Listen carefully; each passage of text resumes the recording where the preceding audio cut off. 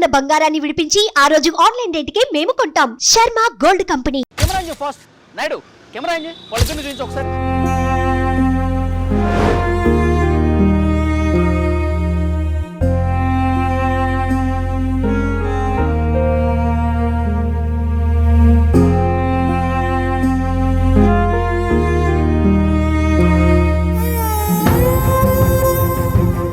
చూశారుగా, ఆ వ్యక్తికి రెండు కళ్ళు కనిపించవు, అంధుడు.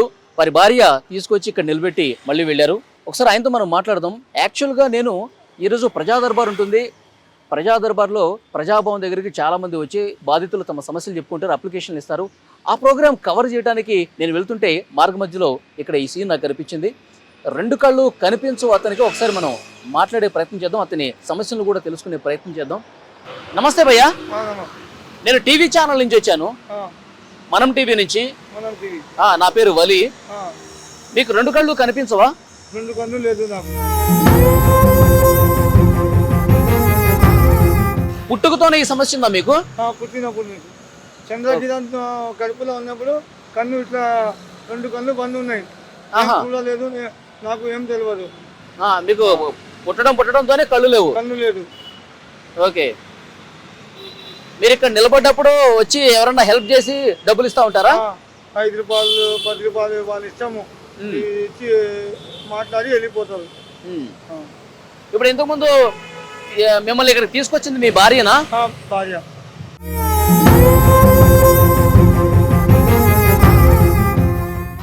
డైలీ ఏ టైంకి వస్తారు, ఏ టైంకి వెళ్తారు మీరు? 7:45కి వస్తా, 7:30 లేకుంటే 7:45. అంటే 4-5 గంటలే ఉంటారు ఇక్కడ? 7 నుంచి హిసాబ్ చేసుకో ఎంత అవుతుంది. 7 గంటల నుంచి 11. 4 గంటలు అనుకోండి. 4 గంటలు. ఎవరైనా సాయం చేస్తే ఎంత వస్తుంది? 300, 200, 350 అట్లా. దేవుడు ఎంత వచ్చినా అంత. మరి వెళ్ళేటప్పుడు ఎట్లా? 11 నా భార్య వస్తారు, మళ్ళీ వస్తారు, మళ్ళీ వచ్చి తీసుకుపోతారు. ఏమన్నా టిఫిన్ చేపిస్తారు, ఏమన్నా డబ్బులు ఇస్తారు, లేకుంటే వెళ్ళిపోతారు. వాళ్ళకి ఎవరు ఆశ ఉంటే ఇస్తారు, 10 రూపాయలు ఇస్తారు, 50 రూపాయలు ఇస్తారు, 10 రూపాయలు ఇస్తారు, 2 రూపాయలు ఇస్తారు. ఎంత అంటే అంత. ఎంతంటే అంత ఇస్తారు. ఓకే. ఎక్కడ ఉంటారు భయ్యా మీరు? ఎంఎస్, ఇది అబూబకర్ మసీద్, ఎంఎస్ మక్తా. ఎంఎస్ మక్తా అంటే ఇక్కడ పక్కన బస్తీయా? ఓకే. మీదేంది ఓన్ హౌసా, రెంట్ హౌసా ఉండేది? ఎట్లా? 7,500. ఏంటిది? కిరాయా, ఇల్లు కిరాయా. రెంట్ కొంటున్నారు బస్తీలో? బస్తీలో రెంట్కి ఉంటున్నాను అని చెప్పిన అస్లాం భాయ్ని చూస్తే ఎందుకో నాకు చాలా ఆశ్చర్యం వేసింది.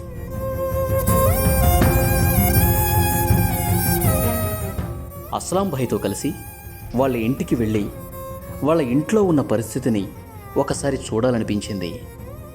అస్లాం భయ్య ఇల్లు చూడాలనిపించింది. రోజు అయితే అస్లాం భయ్య వాళ్ళ భార్యనే తీసుకొచ్చి అక్కడ నిలబెట్టి వెళ్తూ ఉంటారు. ఇప్పుడు ఇంటికి నేను తీసుకువెళ్తున్నాను, నాకే దారి చూపిస్తారు ఆయన. అస్లాం భయ్య, ఇప్పుడు మనకి ఇక్కడ స్టేషన్ వచ్చింది, స్టేషన్ నుంచి ఎట్లా పోవాలి మనం ఇంటికి?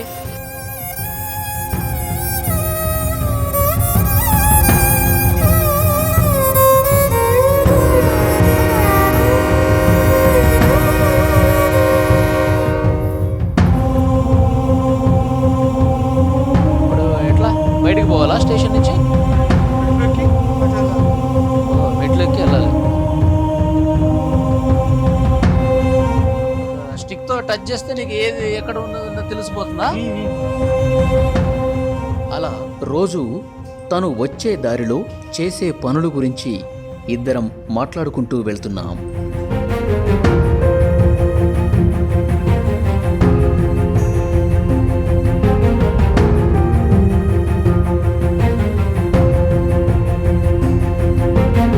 మీ ఇంటికి దారి నువ్వే చూపించాలి నాకు.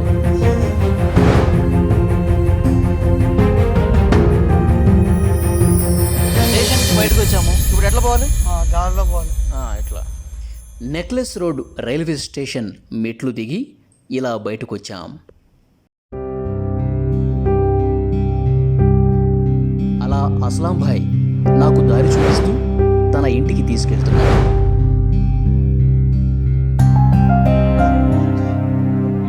ఇదే ఎయి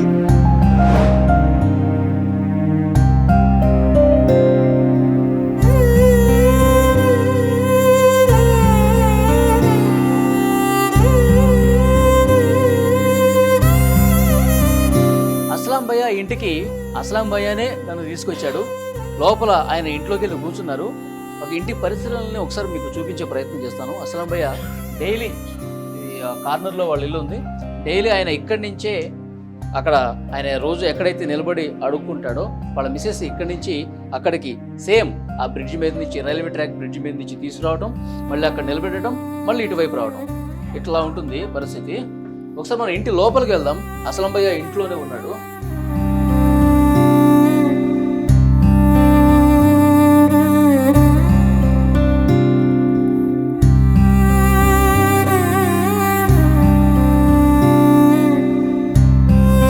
అస్లాం భయ్య ఇంటికి ఆయన నన్ను తీసుకొచ్చాడు. ప్రస్తుతం అస్లాం భయ్య ఇంట్లో పరిస్థితి మనం చూస్తున్నాము. చాలా చిన్న ఇంట్లో ఆయన ఉంటున్నాడు. ఆయనకి 5 ఆడపిల్లలు, ఒక అమ్మాయికి పెళ్లి కూడా అయిపోయింది. ఇంకా 4 చదువుకుంటారని చెప్పేసి అంటున్నారు. మన ఇంట్లో ఉన్న పరిస్థితి మనం చూస్తున్నాము. చాలా చిన్న గది. అయితే అస్లాం భయ్య ఇక్కడ ఎన్ని సంవత్సరాల నుంచి ఉంటున్నారు ఇంట్లో మీరు? 18 అవర్స్ 18 సంవత్సరాల నుంచి ఉంటున్నారు ఇక్కడ. నుంచి మక్తలా ఉన్నా, ఎంఎస్ మక్తా. ఇది అప్పటి నుంచి మీకు సొంత ఇల్లు లేదా ఇక్కడ? సొంత ఇల్లు లేదు. మరి ఎట్లా సొంత ఇల్లు కోసం ప్రభుత్వం అప్లికేషన్ ఏం పెట్టుకోలేదా? ఇప్పుడు పెట్టినా, డబల్ బెడ్రూమ్ అవసరంతో పెట్టినా, అప్లికేషన్ పెట్టినా. అంటే ఇప్పుడు ఎలక్షన్ అయింది కదా, ఇప్పుడు డబల్ బెడ్రూమ్ వచ్చింది. ఇప్పుడు నాకు డబల్ బెడ్రూమ్ కొల్లూరు దాకా ఇచ్చినారు. కొల్లూరు అంటే ఇటు మక్తల నుంచి లింగంపల్లి దాటాలి. లింగంపల్లి నుంచి 12 కిలోమీటర్లు అక్కడ లింగంపల్లి నుంచి. అక్కడ వడ్లాలి. అంత దూరం ఇచ్చారేంటి? మీరు ఉండదేమో ఇక్కడ ఉన్నారు. అక్కడ ఇచ్చినారు. అక్కడ నాకు పోనీకి మళ్ళా రానికి నడవనికి నాకు చేత కాదు. నా ప్రాబ్లం ఇట్లా ఉన్నారు. అక్కడ పోయినా ఇల్లు డబల్ బెడ్రూమ్ చూసినా అక్కడ బతుకోనికి తినడానికి ఏం లేదు, కష్టపడడానికి. నాకు చిన్న షాపు కూడా పెట్టడానికి అవసరం ఉంటే నేను పిల్లలకి బతుకుంటాను. ఏమైనా షాప్ పెట్టుకొని ఏమైనా వ్యాపారం చేసుకొని పిల్లలకి భార్యకి చూసుకుంటా. ఇక్కడ ఇల్లు కిరాయా కట్టి నాకు చేత కాదు. రోజు నువ్వు అక్కడ నిలబడి అడుక్కుంటావు కదా, అక్కడ ఎంత వస్తుంది నీకు? 300, ఒక్కొక్కసారి 4 అవుతుంది, ఒకసారి 200 అవుతుంది. దేవుడు ఎంత ఇచ్చినా అంతే.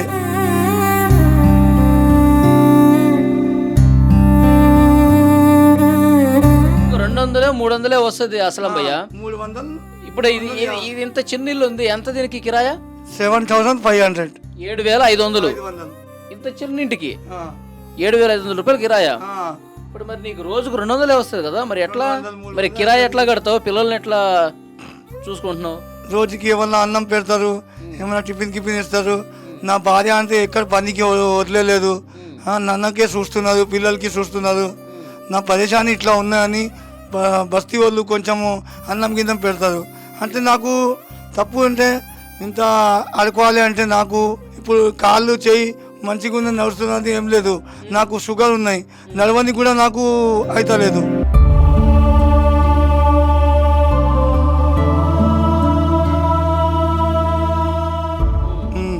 నాకు చేయి పట్టుకొని ఏమన్నా తీసుకుపోవాలి, మళ్ళీ తీసుకొని రావాలి. నాకు ఇంత ప్రాబ్లం ఉన్నాయి. ఇప్పుడు నీకు సరిపోదు కదా, రోజు 200-300 నువ్వు సరిపోదు. ఎవరు నాకు గవర్నమెంట్ హెల్ప్ చేయలేదు. ఇప్పుడు 4,000 జీతం వస్తుంది అంటే మళ్ళీ 3,000 జీతము 500 అలా కలిపి కిరాయా కట్టాలి. మళ్ళీ అన్నంకి రేషన్ వస్తున్నది అంటే 24 కిలో బియ్యం వస్తుంది.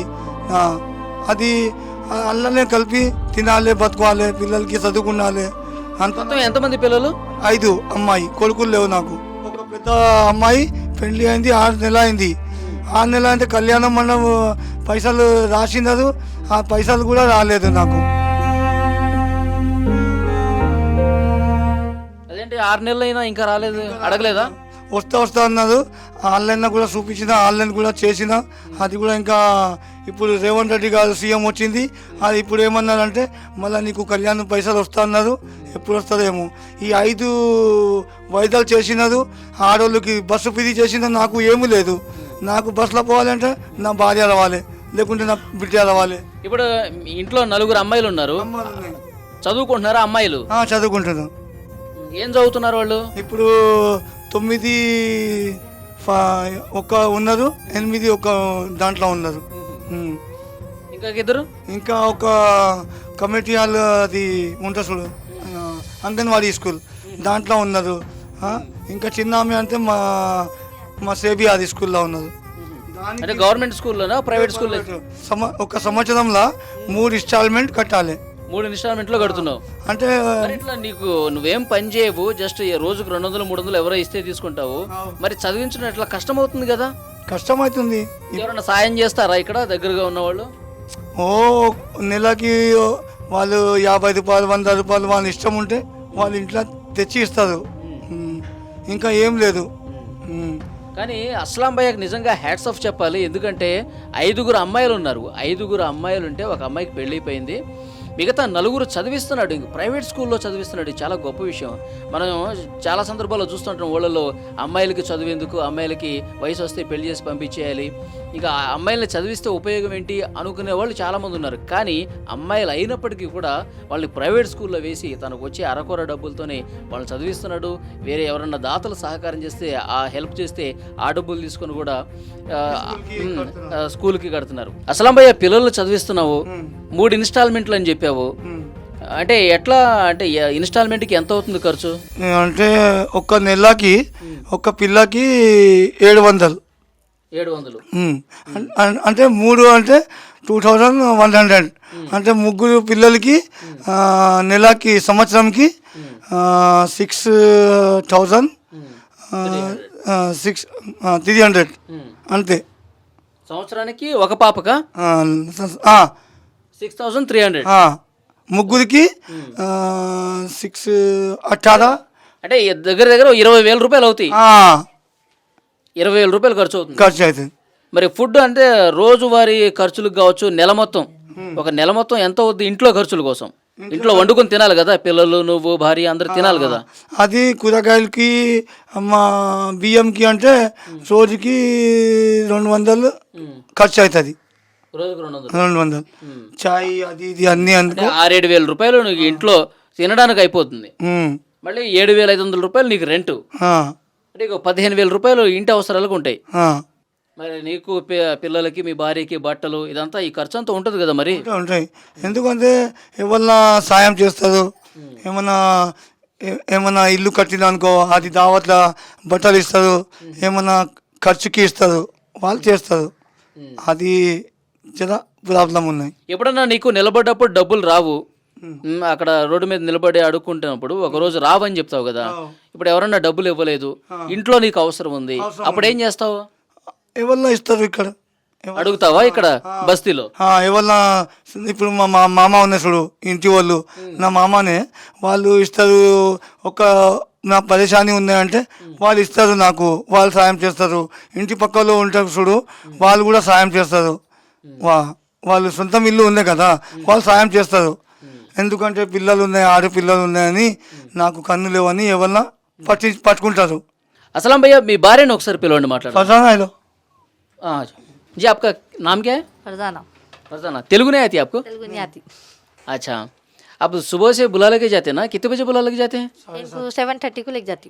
7:30 को डेली 7:30 को लेके जाते हैं और 11:20 को आ जाते. वहाँ छोड़ के आ जाते, फिर घर को वापस आ जाते? आ जाते हैं. बच्चों को स्कूल को भेजाने का रहता. बच्चों को स्कूल को भेजाते हैं. अच्छा, डेली कितना मिलते हैं? 200-300 होता है? हाँ, डेली 400-300 ऐसा मिलता. ऐसा जिम्मेदार था ना, सैटरडे सेकंड सैटरडे वो क्या कि उनको कम मिलते, 200 मिलते. 200 ऐसा मिलते. तो घर में तो देखो खर्चा बहुत है, मिलने का कम है, कैसा करते फिर? नहीं, मैं भी जाती हॉस्पिटल के काम पे जाती थी, तबीयत सही नहीं है बोल के नहीं जा रहे. यशोदा हॉस्पिटल में ढक्कन हॉस्पिटल में जा रही थी, तबीयत खराब हो गई बोल के घर में बैठ गई. अच्छा, पहले करते थे ड्यूटी? हाँ, ड्यूटी करते थे. तबीयत सही नहीं है, अब सही नहीं है, रख पकड़ ली बोल के नहीं जा रहे. अब उनको मिलने का 200-300 में कैसा घर कैसा चलाने नहीं होता ना? नहीं, अब बस्ती वाले हेल्प करते, हमारी वहाँ रोड पे भी हेल्प करते लोग, जाने वाले कोई तो कुछ मदद करते, हेल्प करते लोग हमारी. और बच्चों के फीसा क्या कि साल में 3 बार, एक को 5,000, एक को 5, एक को 4,000 बनते. सुने तो खर्चा तो बहुत ज्यादा होगा. वो तो बस्ती वाले से मदद करते हैं. बस्ती में लोग मदद करते और रोड पे बैठते ना, वहाँ रोड पे राजमोहन रोड पे भी मदद होती है हमारी. अब सरकार को क्या पूछना चाहते हो आप? अब क्या पूछना चाह रहे थे कि हेल्प करना चाह रहे हैं, हेल्प दुकान करना। लगाना चाह रहे हैं। और बच्ची की शादी मुबारक डाले से भी नहीं आए, कभी भी पैसे गए तो नहीं हाँ बोल रहे हैं। वहाँ पे भी 5,000 रुपये ले लिए हमारे घर से 5,000 जल्दी बोल के ले लिए होगा। वो पैसे अभी आए नहीं शादी के। मैं जल्दी अर्जेंट करके देता हूँ, अम्मा तुम दे दो 5,000 बोले तो मैं इनके बातों में आके 5,000 रुपये दे डाले होगा। अभी तलक नहीं आए हमारे, फिर आते जा रहे। 6 महीने हो और वहाँ एवर सर का ने भी जाके रिक्वेस्ट करके फॉर्म फिलअप करके आए हम ना। सीएम रेवनगढ़ जी फिलअप करके आए फॉर्म, हाँ क्या फॉर्म बोले हो ना ऑफिसर? होता बोले। हाफिज जरा वाले ओके आपके फोन में शाम तक मैसेज आता बोले नहीं आया अभी तक हमारे, नहीं आया। हमारे कने मैसेज नहीं आया। तो बहुत जने उनके घर के ने धरना लगा रहे थे, तो पूछो बोले तो हम ना नहीं बोले, वहाँ पे खाली फॉर्म फिलअप करके घर को आ गए। ఓకే అస్లాం భాయ్, మీరు ఏదో సమస్య చెప్పారు, డబుల్ బెడ్రూమ్ది ఒకటి దూరం వచ్చింది, ఇక్కడ మాకు సీతాపాలెంలో ఉంటే బెటర్గా ఉంటుంది, నాకు కళ్ళు కనిపిస్తుంది కాబట్టి నాకు దగ్గర ఉంటే బాగుంటుందని చెప్తున్నారు. సో డెఫినెట్గా నేను కూడా నీకు మాట ఇస్తున్నాను, అధికారులతో నేను కూడా మాట్లాడతాను. మీడియా తరఫున నీకు డబుల్ బెడ్రూమ్ ఆల్రెడీ వచ్చింది, కానీ దగ్గర ఇప్పించే బాధ్యత నేను కూడా తీసుకుంటాను. దాంతోపాటు అస్లాం భయ్య, నీకు కిరాణా షాప్ కూడా మీరు అడుగుతున్నారు కాబట్టి ఇక్కడ స్థానికంగా ఉన్నటువంటి అధికారులు కావచ్చు, అవసరమైతే మంత్రుల దగ్గరికి వెళ్ళి మీ సమస్య చెప్పి ఒక చిన్న షాప్ పెట్టించి ఏర్పాటు కూడా మేము డెఫినెట్గా తీసుకుంటాం. ఓకేనా? ఓకే, అది చేస్తే మంచిది. నా భార్యకి నా పిల్లలకి వాళ్ళు చేసిననుకో అది మంచిది. మళ్ళీ ఒకసారి నేను వాళ్ళతో మాట్లాడిన తర్వాత మళ్ళీ ఒకసారి నేను కలుస్తాను అస్లాం భాయ్, మీ ఇంటికి నేను మళ్ళీ వస్తాను, సరేనా? నేను నా అడ్రస్ తీసుకొని అక్కడ సార్కి చెప్పేస్తే కదా. చెప్తాను, నేను తీసుకుంటాను. నీ ఆధార్ కార్డు జిరాక్స్ ఏదైనా ఉంటే నాకు ఇవ్వు. ఆధార్ కార్డు జిరాక్స్ ఉన్నాయి. తీసుకుంటాను. తీసుకుని నేను వాళ్ళతో మాట్లాడి వాళ్ళు ఏమన్నారో కూడా నీకు ఫోన్లో చెప్తాను. నీ నెంబర్ కూడా తీసుకుంటాను. నంబర్ ఇచ్చినా కదా 817 అది. ఆ నెంబర్తో నేను కాంటాక్ట్ అవుతాను. వాళ్ళు ఎలాంటి సమాచారం ఇచ్చినా మళ్ళీ నేను నీకు చెప్తాను. మళ్ళీ ఒకసారి మీ ఇంటికి వచ్చి కలుస్తాను, సరేనా? Okay, thank you Aslam bhai. Thank you. Aslam భాయ్ని, వారి కుటుంబాన్ని చూడగానే నా మనసు కలిచివేసింది. ఈ కుటుంబానికి ఎలాగైనా న్యాయం జరగాలి, జరిగేలా ఏదో ఒకటి చేయాలి అనిపించింది. ఏం చేస్తే అస్లాం భాయ్ కుటుంబానికి ఆనందం కలుగుతుందో, ప్రభుత్వం నుండి ఎలాంటి సాయం కావాలని వారు కోరుకుంటున్నారో, దాంతోపాటు ఈ వీడియో చూస్తున్న ప్రేక్షకులు కూడా సంతోషించే పని మనం టీవీ చేయడానికి సిద్ధమైంది. అస్లాం భాయ్కి సాయం చేసే టైం వచ్చింది. ఎవరిని అప్రోచ్ అయితే అస్లాం భాయ్కి న్యాయం జరుగుతుంది?